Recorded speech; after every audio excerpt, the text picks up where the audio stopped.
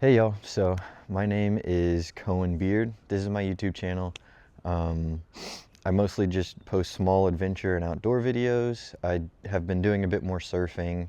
I think I only have 2 surfing videos out right now, but I have 2 more that I'm editing. So I just wanted to give a little bit of insight and kind of share everything I've learned in my time surfing here in the Charleston area of South Carolina. I am a novice. I'm a beginner, very beginner surfer. And the vast majority of my surfing and my learning has been in the Charleston area of South Carolina, specifically Folly Beach, a little bit in Edisto Beach, but mainly up and down the different accesses on Folly Beach.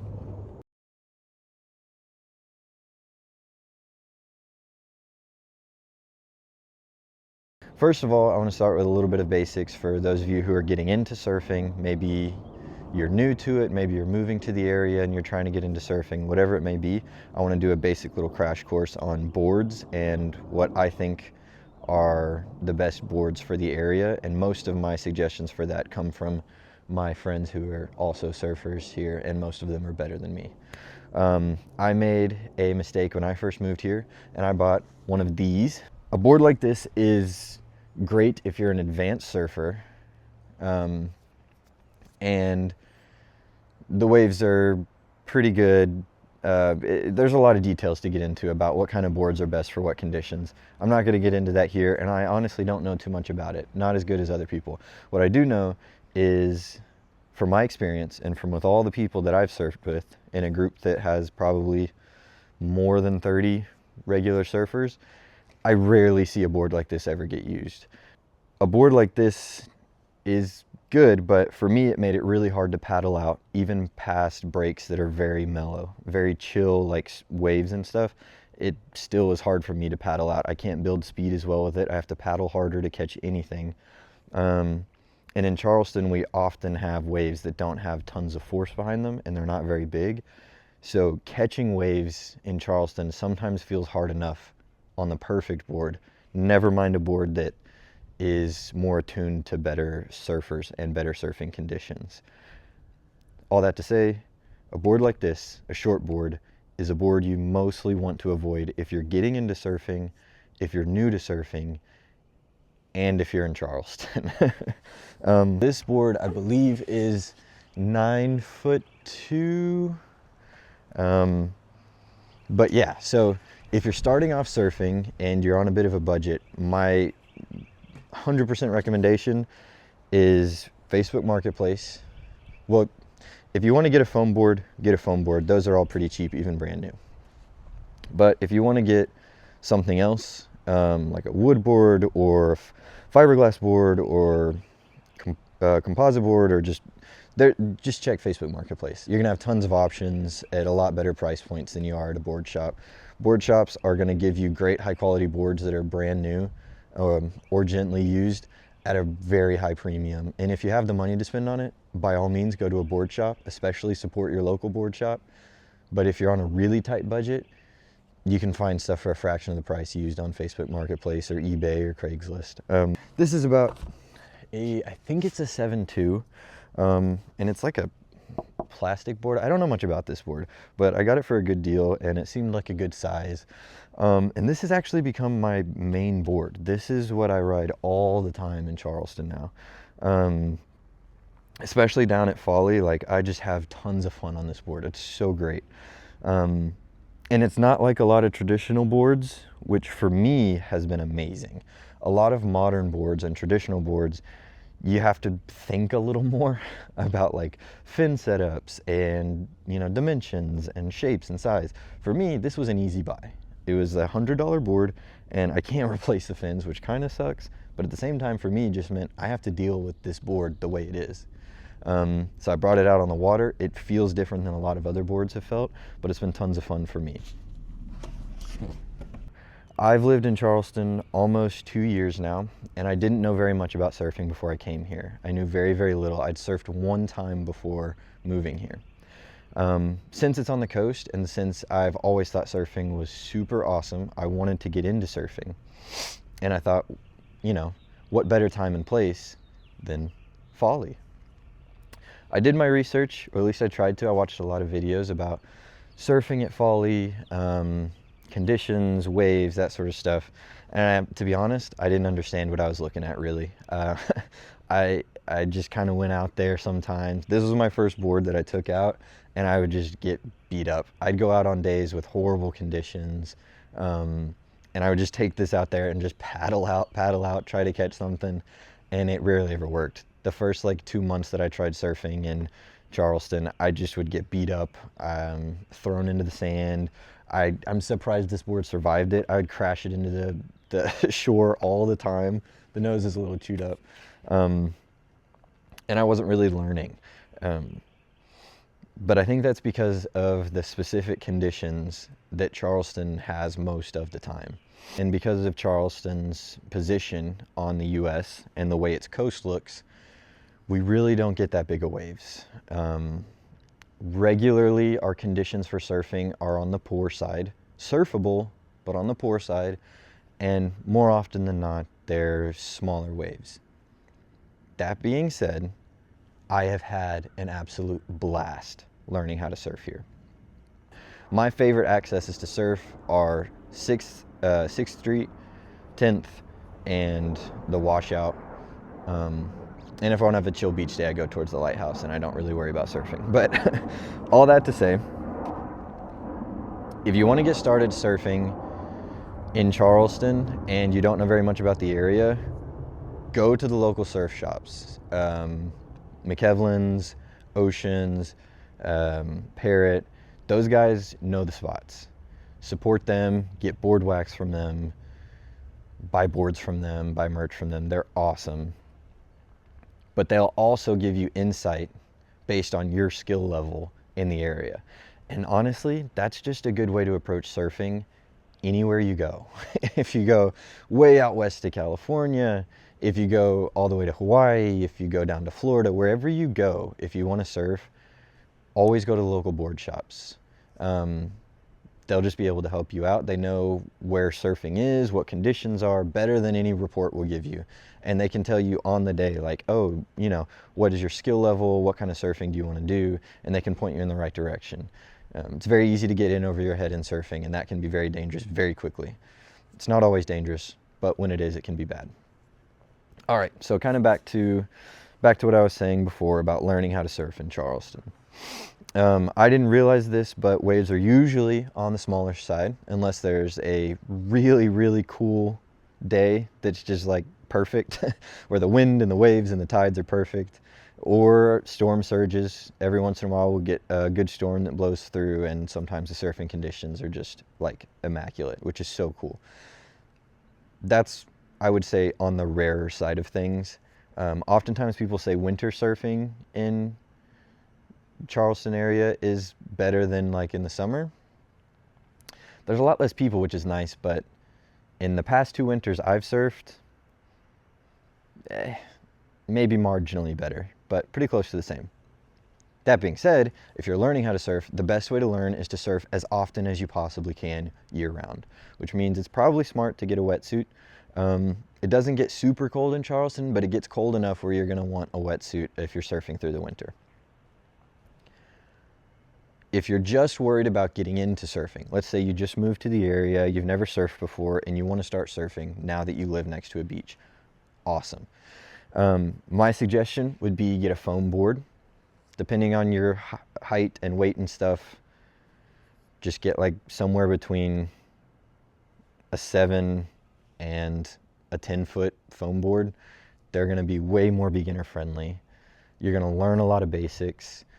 You'll start to understand balance, movement on the board, and if you're on a budget, you can't beat a foamy. Because waves in Charleston, at least in my experience, tend to be between 1 and 3 feet high, which is not very big, and they don't have tons of push behind them. They don't really, make you just move quickly on their own. So there's going to be a lot of paddling involved. Unless you can walk out past the break, which you can kind of do in Charleston sometimes. So if you're starting off, yes, I would say longboard or foamy in Charleston, and you'll have tons of fun. One of the best surfers I know in the area. He grew up on Folly, and he surfed Folly his whole life. And he just longboards. That's all he does, man. He's got like I think it's like a 9-foot something or other board, and he goes out like every day that he can, and he just looks so natural out there. He just does all these cool longboard tricks. He really owns it. He really has like this good flow that's just, it's just awesome. And he only does longboard stuff. When I started surfing, I thought that that was lame. I thought longboards were lame. I thought foamies were the worst, and that I would never want to get on anything that was foam. I'd never wanted to do longboarding. I just wanted to be cool. I wanted to, you know, get barreled. I wanted to hop on a shortboard and do tons of tricks and get air and stuff. And what I realized is that that was kind of dumb, kind of naive, and that the conditions in the area that I was learning how to surf are not particularly conducive to that. Never mind the fact that it was kind of unachievable for me to think that in the beginning. Anyway, so I bought a board like this, and I had a really tough time getting started learning how to surf. I learned a lot about paddling, I learned a lot about balance, but I rarely caught any waves. I then got the 7-foot board and had a bit more luck, started actually learning how to pop up, started learning how to stand, started learning how to move around on a wave, started learning a bit more about a wave, like myself and wave placement, as well as wave anatomy and the ocean floor anatomy and stuff, and how much that plays into it. And that all happened on a 7-foot board, so you could definitely do something like that. I know I'm kind of all over the place, but I want to bounce back to the conditions of Charleston. In my experience, pretty much year round, the waves are 2 to 3 feet, like all the time. Every once in a while we'll get a 4 to 6 foot day of waves, and most of the time the conditions are bad on those days. So I've tried to go out on days where the conditions were bad and people were like, oh yeah, you shouldn't go out, and it was like 4 to 6 foot, and I was like, oh, I have to, and I just got chewed up. I got dragged down the beach, broke the nose on one of my boards. Like, it's just not, you want to go out on days that are like poor conditions, fair conditions, good conditions that are like 2 to 3 foot. Those days are just the best. And every once in a while we'll get a day that's like really good conditions in Charleston that's still only like 2 to 3 feet, and it's tons of fun. Yes, the waves are smaller here, but they're still tons of fun, and you can learn how to surf. And it's, I think, more accessible than some places. If you lived right next to a beach where you regularly had waves that were between 6 to 10 feet, and you never knew anything about surfing, and you didn't have someone that was showing you the way, you were just doing it on your own, I feel like it would be a lot more intimidating. Whereas here, most of the waves, even at the best spots on Folly, they're not that intimidating. And the surf community here is very kind. They're very welcoming, and they're very helpful. So it's a great place to learn. Obviously, if you're a really good surfer, you can probably tell that I don't know nearly as much as you do, so you probably know what to do better than me. That being said, if you're coming during great times, I've seen some really awesome days at Folly that were like 6-foot waves. They're far and few between, but they're there, and they're tons of fun to surf. Especially if you're a really good surfer. I've seen some people do crazy stuff out there on what a lot of people would say are small waves. That, and I think Folly Beach is a fun place to hang out. The surf shops are cool, the food's good, and a lot of friendly people. So it may not be a surfer's paradise, but it is fun.